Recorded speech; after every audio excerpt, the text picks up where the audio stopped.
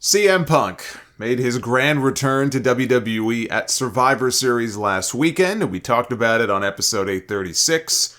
We got more CM Punk news per Sports Illustrated and Justin Barrasso. Are we sure Justin is a real person and his stories aren't AI generated? What an embarrassing story that was this week for Sports Illustrated. It was uncovered that they had been publishing articles by fake AI-generated writers who don't actually exist. And the company that owns them now has been doing this with other publications that it also owns. See, this is why media consolidation is a bad thing.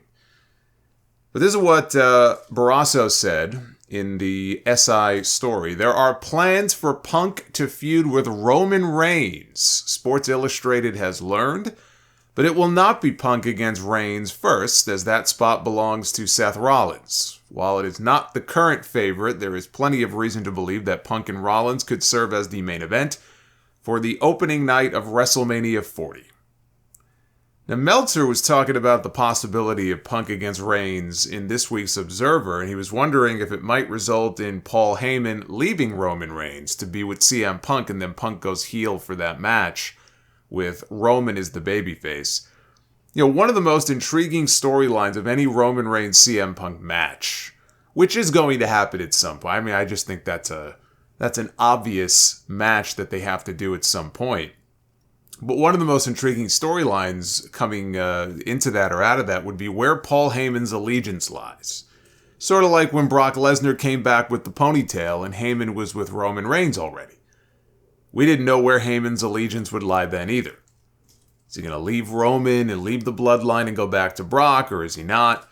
Until ultimately he made his choice. I don't think Punk needs Paul Heyman, but then again, he didn't need Paul Heyman back in 2013 either. And they made a hell of a combo. Punk's never needed somebody to be his mouthpiece or to speak for it. But Punk and Heyman were a very effective combo, and they played off each other very well. He doesn't need Heyman, but once the bloodline stuff has officially run its course, and a lot of people would say it already has, it does feel like they have been spinning their wheels ever since the summer. This storyline has run out of gas. I said they jumped the shark coming out of SummerSlam in that match with Jey Uso.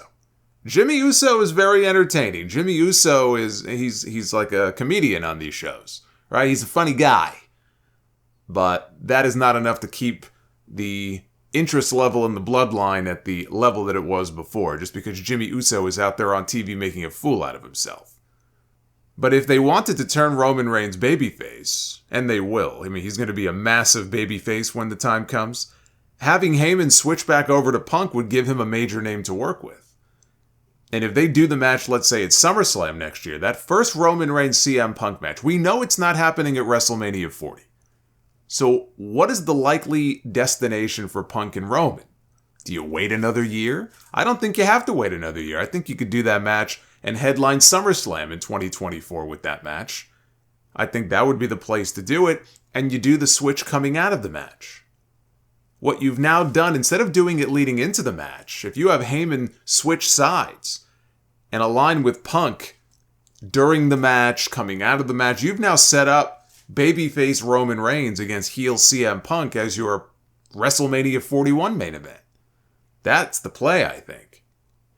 But the story continues. Speaking with multiple members of the active WWE roster, Sports Illustrated confirmed that there are concerns about how Punk will integrate himself in the locker room. Though his run in AEW was exciting, it was also extremely divisive. Punk has had his share of enemies as well as plenty of supporters. The feeling is reminiscent of the WWE returns of Hulk Hogan, Kevin Nash, and Scott Hall in 2002, when there was a heightened concern about their reputation and actions in WCW, but all three did business in WWE, which is exactly what Punk is expected to do. Speaking with a handful of AEW talent, the feeling is Punk will be on his best behavior in the beginning in WWE, but historically, multiple people added, Punk's runs do not end well. Multiple WWE talent noted to Sports Illustrated that their belief is that the WWE locker room is far more united than the one in AEW, which has proven susceptible to leaks. Well, I'm sure that'll get the AEW fans all riled up. Look, there are leaks in both companies. There are leaks in WWE and there are leaks in AEW.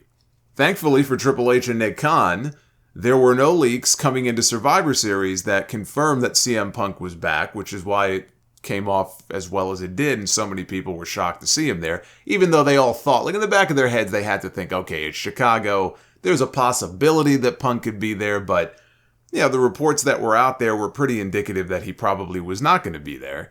And good on them for keeping it quiet. Again, it's rare to be able to do that today in wrestling, so they were able to pull that one off.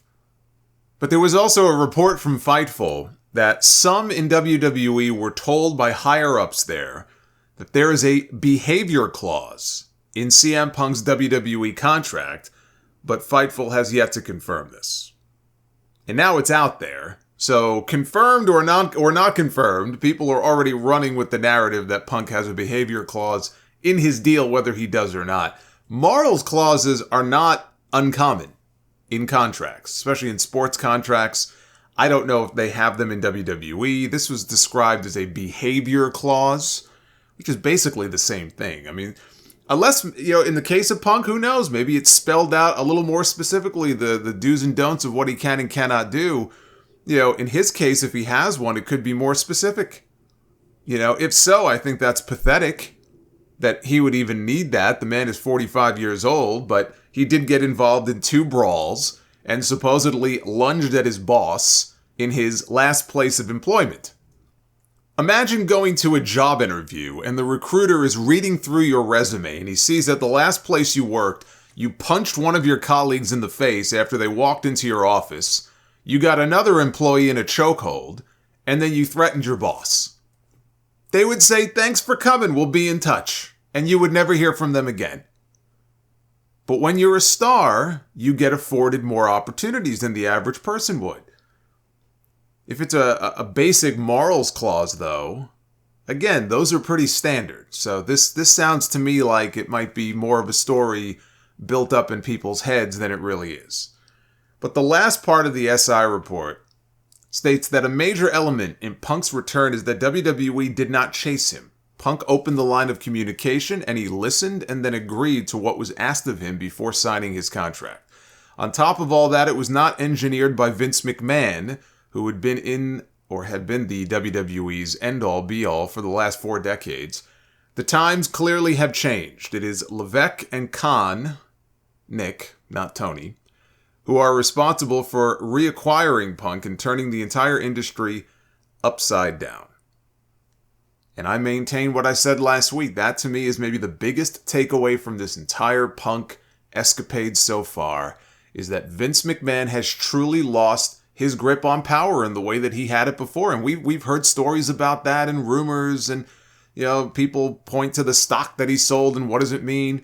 Well, what we know is that a deal like this would never, ever have been engineered without Vince McMahon knowing about it, approving of it, if not having a hand in negotiations and meetings himself.